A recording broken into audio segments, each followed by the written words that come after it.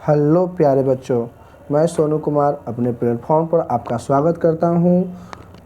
मैं chapter by chapter 12th class का physics में ऑब्जेक्टिव का 2020 सेट बनाकर सॉल्यूशन कर रहा हूं, जो मैंने आज आप लोगों के लिए सेट 2 बनाया है, जो आप लोगों को पसंद आएगा। तो आप लोग ज़रूर इस वीडियो को अंत तक देखें। तो चलिए आइए मैं शुरू करता हूँ। क्वेश्चन फर्स्ट कह रहा है कि एक वस्तु पर 1 कूलम का ऋण आवेश है, उस पर इलेक्ट्रॉनों की संख्या सामान्यतः समान अवस्था में कितनी होगी। तो याद रखिए बच्चों कि 1 कूलम में आवेश जो होता है यह करीब करीब होता है कितना 6.25 इंटू 10⁻+ में 18 इलेक्ट्रॉन होता है। इतना इलेक्ट्रॉन बराबर 1 कूलम होता है। जब भी हम लोग निकालते हैं, अर्थात कहने का मतलब यह हुआ कि 6.25 इंटू 10⁻18 इलेक्ट्रॉन मिलकर 1 कूलम आवेश का निर्माण करता है। इससे कम रहेगा तो 1 कूलम आवेश का निर्माण नहीं होगा। अतः इससे स्पष्ट होता है कि 1 कूलम निर्माण के लिए इतना कम से कम इलेक्ट्रॉन होना चाहिए। तो यह तो हो नहीं सकता है ऑप्शन ए। ऑप्शन बी तो दम नहीं हो सकता है, क्योंकि इससे बोल रहा है कम होने के लिए। ऑप्शन सी कह रहा है कि इतना से अधिक, तो ये भी नहीं हो सकता है। अर्थात आपका ऑप्शन नंबर डी सही होगा, क्योंकि ऑप्शन नंबर डी में कह रहा है कि 6.25 इंटू 10⁻18 इलेक्ट्रॉन तो होता ही है। इससे अधिक हो तो कोई दिक्कत नहीं है। तो चलिए हम लोग नेक्स्ट क्वेश्चन की तरफ बढ़ते हैं। क्वेश्चन नंबर 2 कह रहा है विद्युत आवेशों के बीच लगने वाला बल दिया जाता है। अर्थात 2 आवेश जब होता है, 2 आवेश जो होता है, अगर मान लेते हैं यह आवेश के बीच की दूरी 1, अगर इस पर आवेश का मान 2, अगर बीच की दूरी r हो, अगर पहले पर आवेश का मान q1, दूसरे पर आवेश का मान q2 और इसके बीच की दूरी r हो, तो इसके बीच लगने वाला जो बल होता है इसका सूत्र होता है 1/4πε0 इंटू Q1 Q2 बटा में r²। इतना होता है। तो यह जो बल बोला जाता है कूलम के अनुसार, कूलम बोलते हैं कि जो बल लगता है दोनों आवेश के गुणनफल के समानुपाती होता है, और साथ ही साथ बीच की दूरी के वर्ग के व्युत्क्रम का समानुपाती होता है। जो इसका बात बताए हैं कूलम, फैराडे नहीं बताए हैं, लाप्लास भी नहीं, गॉस भी नहीं। तो इसका आंसर हो जाएगा B, option number B, Coulomb के नियम से यह प्राप्त होता है। चलिए नेक्स्ट क्वेश्चन की तरफ आते हैं। आप लोग से यह एक छोटी सी आशा रहेगी कि जो यहाँ पर देख रहे हैं तो एक MCQ तरह आप लोग पढ़ें, इसको दिमाग में कवर करें, साथ ही साथ कमेंट सेक्शन में इसका जवाब भी भेजें, जिससे आपका रिवीजन अच्छी तरह से हो सके। तो चलिए प्यारे बच्चों नेक्स्ट क्वेश्चन की तरफ हम लोग चलते हैं। इलेक्ट्रॉन पर आवेश कितना होता है। कह रहा है कि अगर इलेक्ट्रॉन है तो इस पर चार्ज कितना होता है, तो इस पर चार्ज की बात कर रहा है।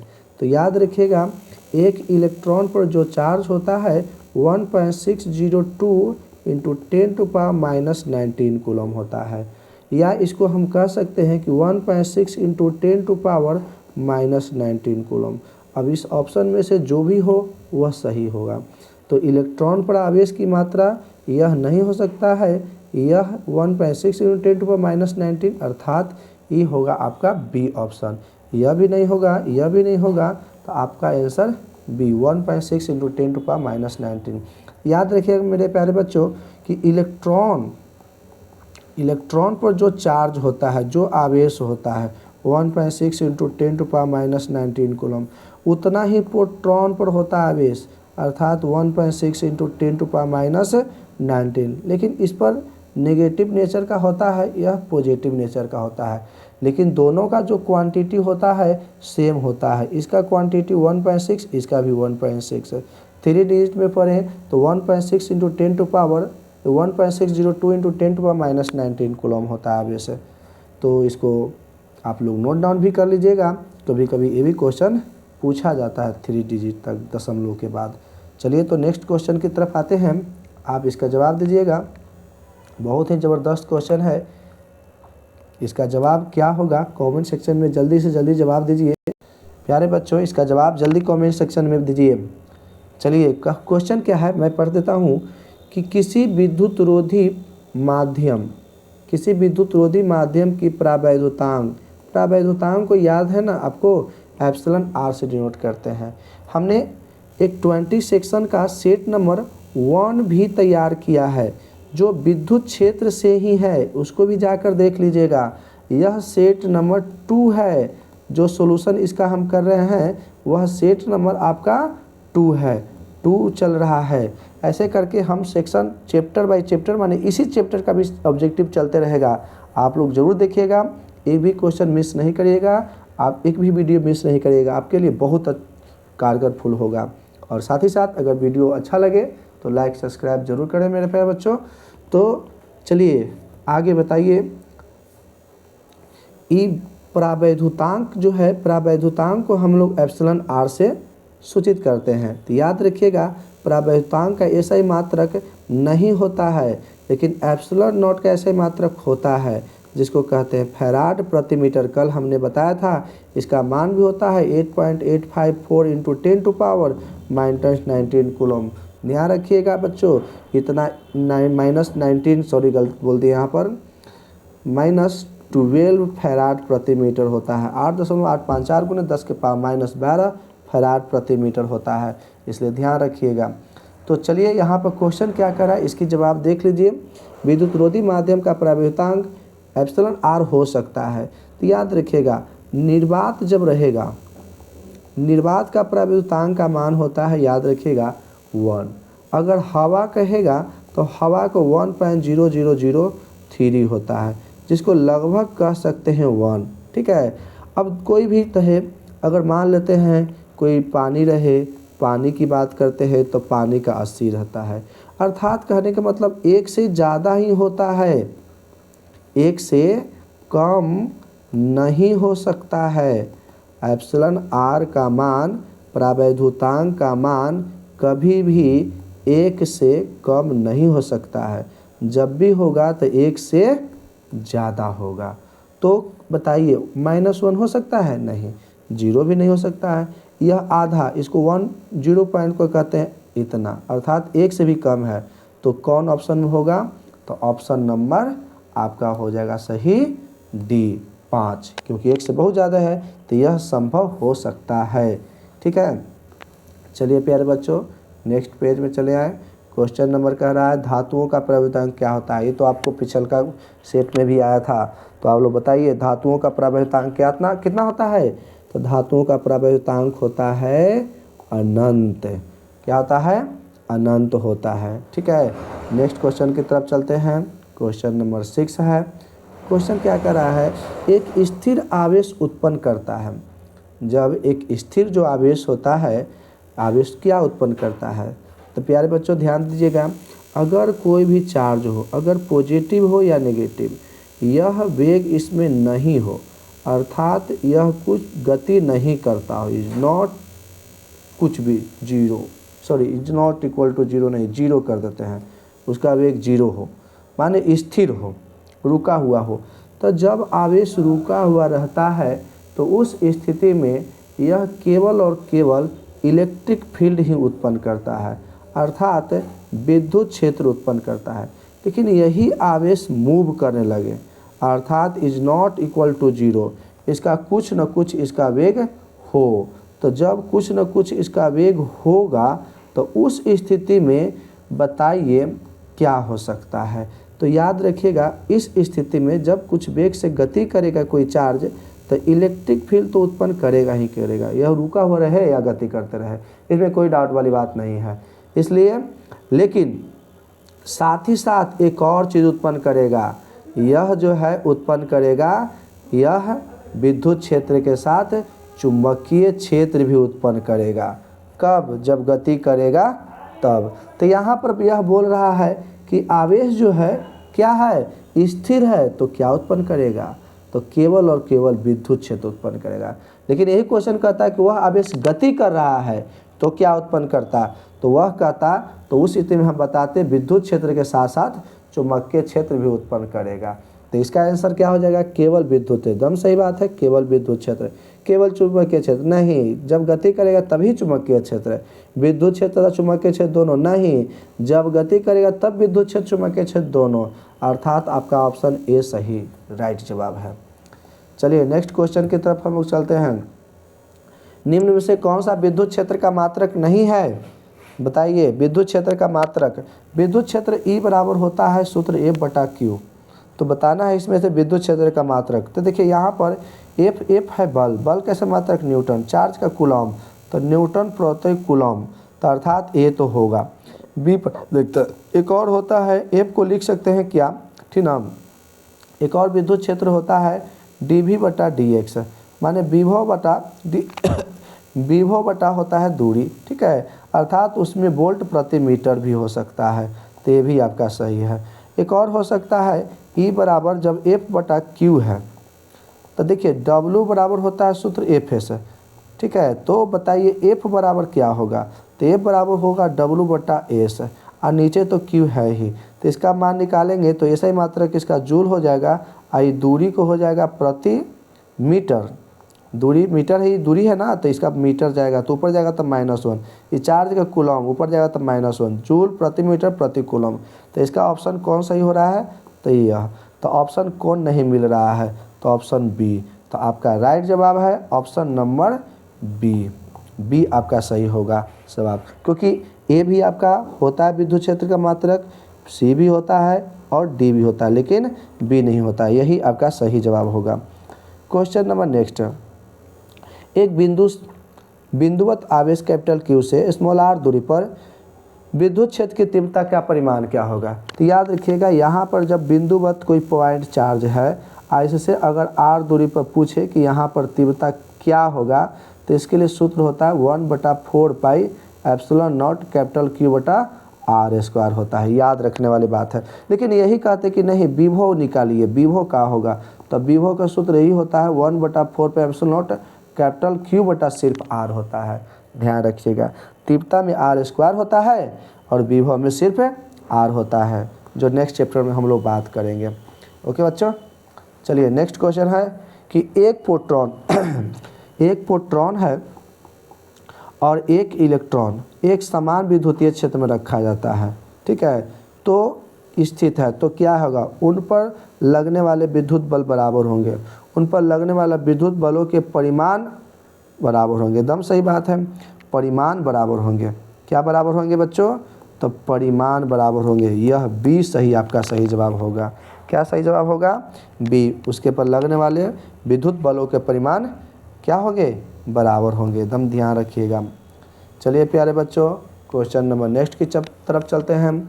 क्वेश्चन करा, विद्युत क्षेत्र में प्रवेश करने वाले एक इलेक्ट्रॉन का प्रारंभिक वेग विद्युत क्षेत्र से भिन्न है, तो विद्युत क्षेत्र में इलेक्ट्रॉन का पथ क्या होगा। तो अगर मान लेते हैं कि यहाँ पर जो है, ठीक है, यहाँ पर जो है ऐसे इलेक्ट्रिक फील्ड है, मान लेते हैं यह इलेक्ट्रिक फील्ड है, ऐसा इलेक्ट्रिक फील्ड है, कोई भी इलेक्ट्रॉन को हम लेके जा रहे हैं, इसमें इलेक्ट्रॉन को किसको लेके जाना है, इलेक्ट्रॉन को लेके जा रहे हैं, जाएगा तो ठीक है, लेकिन यह जो विद्युत क्षेत्र है प्लस का है, ठीक है, तो जब लेके जाएगा तब प्लस इसके बीच में क्या होगा, आकर्षण, तो यह धीरे धीरे धीरे धीरे धीरे धीरे धीरे धीरे धीरे, हालांकि ऐसे हम भेज रहे हैं, लेकिन यह धीरे धीरे धीरे धीरे इस प्रकार मुड़ जाएगा।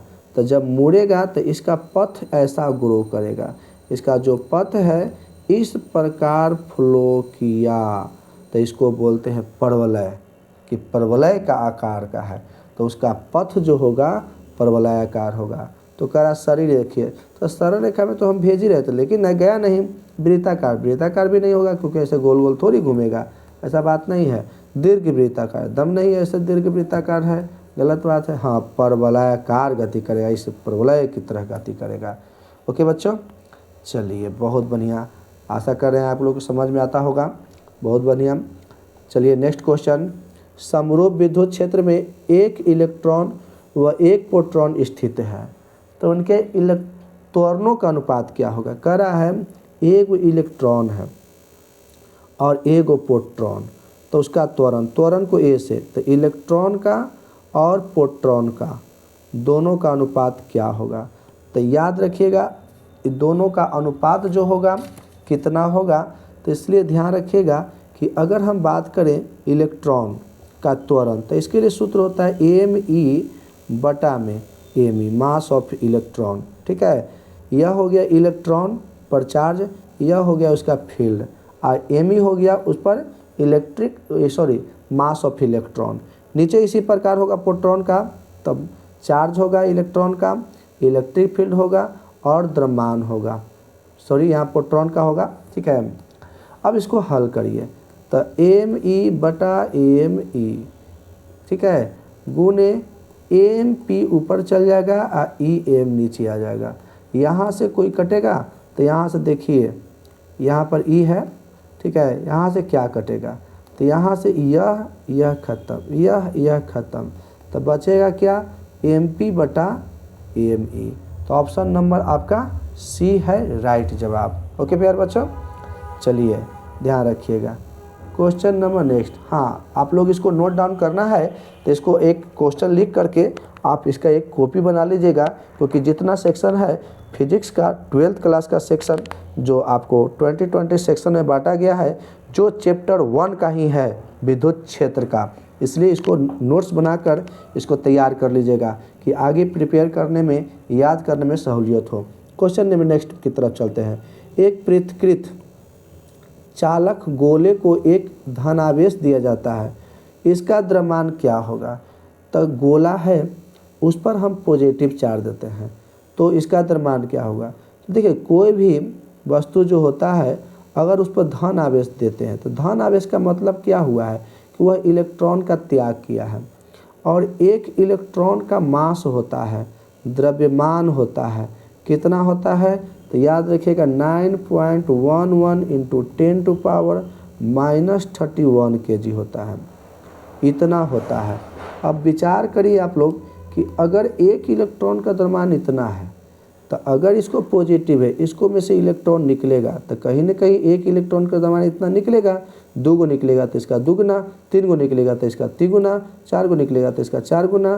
तो पॉजिटिव होना माने कि इलेक्ट्रॉन का कमी होना, और इलेक्ट्रॉन का कमी होना तो द्रव्यमान का भी कमी होना, तो द्रव्यमान घटेगा। तो ऑप्शन नंबर ए आपका सही जवाब होगा।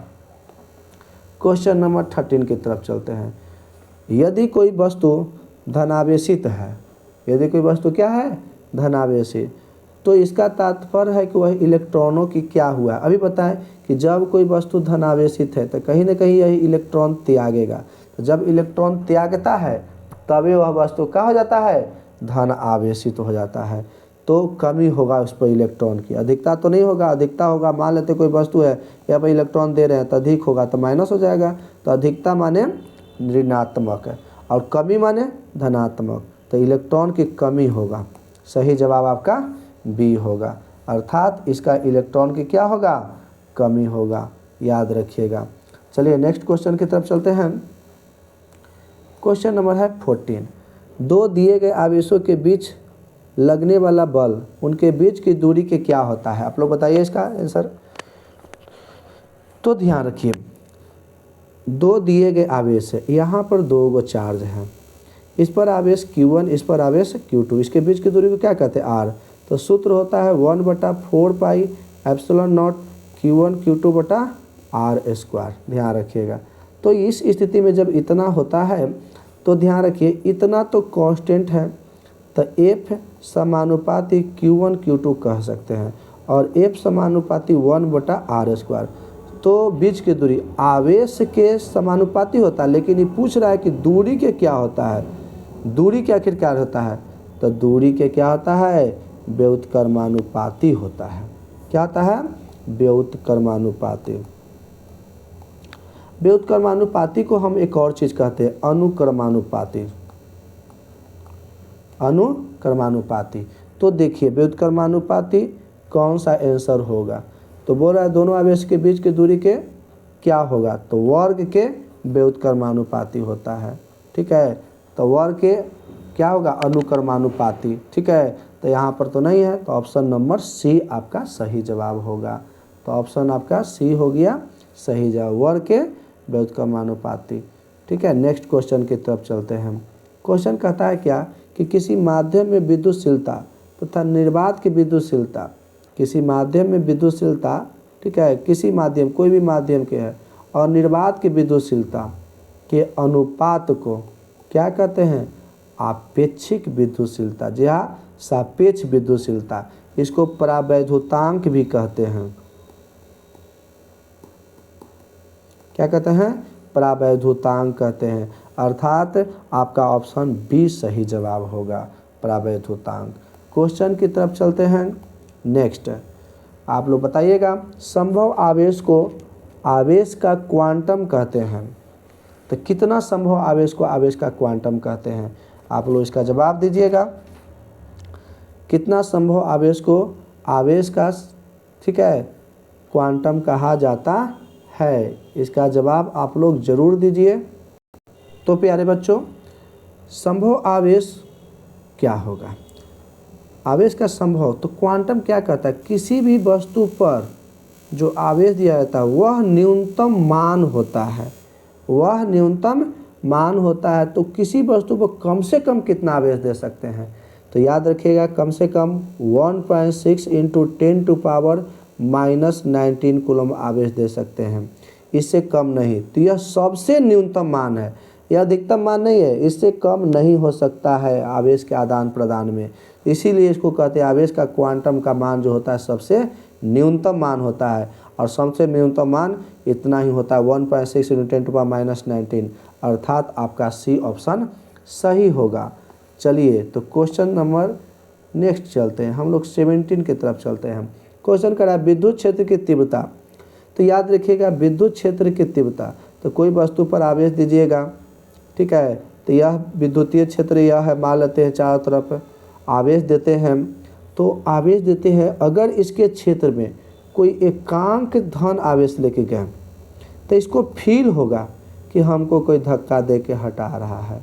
कब? धन आवेश लेके क्या कर लेके गए तो इसको फील होगा, इसी को इस बिंदु का तीव्रता कहते हैं। लेकिन अगर मान लेते हैं यहाँ पर जो चार्ज है पॉजिटिव, हम क्या करते हैं लेके गए नेगेटिव, तो इसको ऐसा फील होगा कि हमको धक्का दे के हटा नहीं रहा है, हमको खींच रहा है, ऐसा फील होगा। तो उसी को उस बिंदु का तीव्रता कहेंगे। वह धक्का दे के हटाए वायुआ या उसको अपनी ओर आकर्षित कर ले तो उसको फील हो, उसी को उस बिंदु का तीव्रता कहते हैं। तो एक निश्चित डायरेक्शन मिला ना, इधर की तरफ खिंचाए या इस डायरेक्शन में खींचे, तो यह इसका डायरेक्शन मिल गया। तो डायरेक्शन मिल गया तो यह कहीं ना कहीं सदिश राशि है, तो यह सदिश राशि होगा। विद्युत विभव, विद्युत विभव जो होता है, ठीक है, एक अदिश राशि होगा विभव, लेकिन उसका स्पष्टीकरण ही नहीं होता है कि किधर उसका जाएगा विभव, ठीक है, अर्थात पते नहीं चलता है। एक और ऐसे भी कह सकते हैं कि V बराबर होता है W/Q, तो यह अदिश राशि है, साथ ही साथ ये भी अदिश राशि है। तो दोनों अदिश है, तो इसलिए भी क्या होगा? अदिश होगा, इसलिए यह अदिश राशि है। तो आपका ऑप्शन कौन होगा? तो पहला सदिश और दूसरा अदिश है, पहला सदिश दूसरा अदिश। ऑप्शन नंबर ए नहीं बी में मैच कर रहा है, तो आपका सही जवाब बी होगा। चलिए क्वेश्चन नंबर 18 की तरफ चले आए हम लोग। क्वेश्चन कर रहा है 18 कि आवेश का न्यूनतम संभव मान क्या होता है? तो आवेश का भी पता है, न्यूनतम संभव मान कम से कम 1.6 इंटू 10⁻⁻19 कूलम होना ही चाहिए, इससे कम हो ही नहीं सकता है, क्योंकि एक इलेक्ट्रॉन है तो इलेक्ट्रॉन पर जो चार्ज होता है इतना ही होता है, 10⁻⁻19। प्रोटॉन है तो एक प्रोटॉन पर 1.6 इंटू 10⁻⁻19 कूलम ही होता है, इससे कम और इससे ज़्यादा थी ना, ज़्यादा हो सकता है, कम नहीं हो सकता है। जितने प्रोटॉन ज़्यादा होगा उतने चार्ज बढ़ेगा कोई वस्तु पर, प्रोटॉन कम तो एक चार्ज कम, लेकिन कम से कम इतना होगा, क्योंकि एक प्रोटॉन पर इतना होता है और एक इलेक्ट्रॉन पर इतना होता है, यही न्यूनतम संभव आवेश है। तो ऑप्शन ए आपका सही जवाब होगा, 1.6 इंटू 10⁻⁻19। क्वेश्चन नंबर 19 की तरफ आ गए हम लोग। कर असंतुलन की स्थिति में विद्युत द्विध्रुव की दिशा बाह्य विद्युत क्षेत्र से क्या होती है, आप लोगों को बताना है। ठीक है, क्या होती है। ठीक है, तो संतुलन की स्थिति में विद्युतीय द्विध्रुव की दिशा बाह्य क्षेत्र के क्या होती है, आप लोग इसको कमेंट सेक्शन में जवाब। प्यारे बच्चों, इसका जवाब क्या होगा, अगर यह द्विध्रुव है, ऐसे एक समान विद्युतीय क्षेत्र में रखा गया है, मान लेते यह एक समान विद्युतीय क्षेत्र है। ठीक है, एक समान विद्युतीय क्षेत्र है। ठीक है, द्विध्रुव की दिशा में रखा गया है, तो इस स्थिति में संतुलन की अवस्था में रहेगा। अगर यह विद्युतीय क्षेत्र है बच्चे, तो यहाँ पर अगर रखते हैं द्विध्रुव आघूर्ण को, तो इस प्रकार इसका महत्तम विस्थापन होगा। लेकिन अगर मान लेते हैं यही कि अगर इसके समानांतर रख दिया जाए द्विध्रुव आघूर्ण को, ठीक है, तो इस कंडीशन में संतुलन की अवस्था होगा। क्यों संतुलन की अवस्था होगा, क्योंकि थीटा इक्वल टू 0 होगा, तो यह अवस्था संतुलन की अवस्था होगा। ठीक है, इसलिए ध्यान रखिएगा, यह अवस्था को संतुलन अवस्था कहा जाता है विद्युतीय द्विध्रुव आघूर्ण का। चलिए, लास्ट सेक्शन है यह क्वेश्चन का, आप लोग ज़रूर शेयर और लाइक करें, सपोर्ट करें एक बार। बच्चों, आप लोगों के लिए बहुत बेहतर मैं प्रयास करूँगा कि आपका रिजल्ट बहुत अच्छा हो जाए, और वैसा ही क्वेश्चन आप लोगों के लिए सिलेक्ट कर रहा हूँ जो आपके बोर्ड मॉडल में अधिक से अधिक संभावना रहेगी लड़ने का। तो आइए लास्ट क्वेश्चन इस सेशन का, खाली स्थान बोल रहा है का प्रवैधुतांक अनंत होता है। ये तो सिंपल है, धातुओं का प्रवैधुतांक अनंत होता है।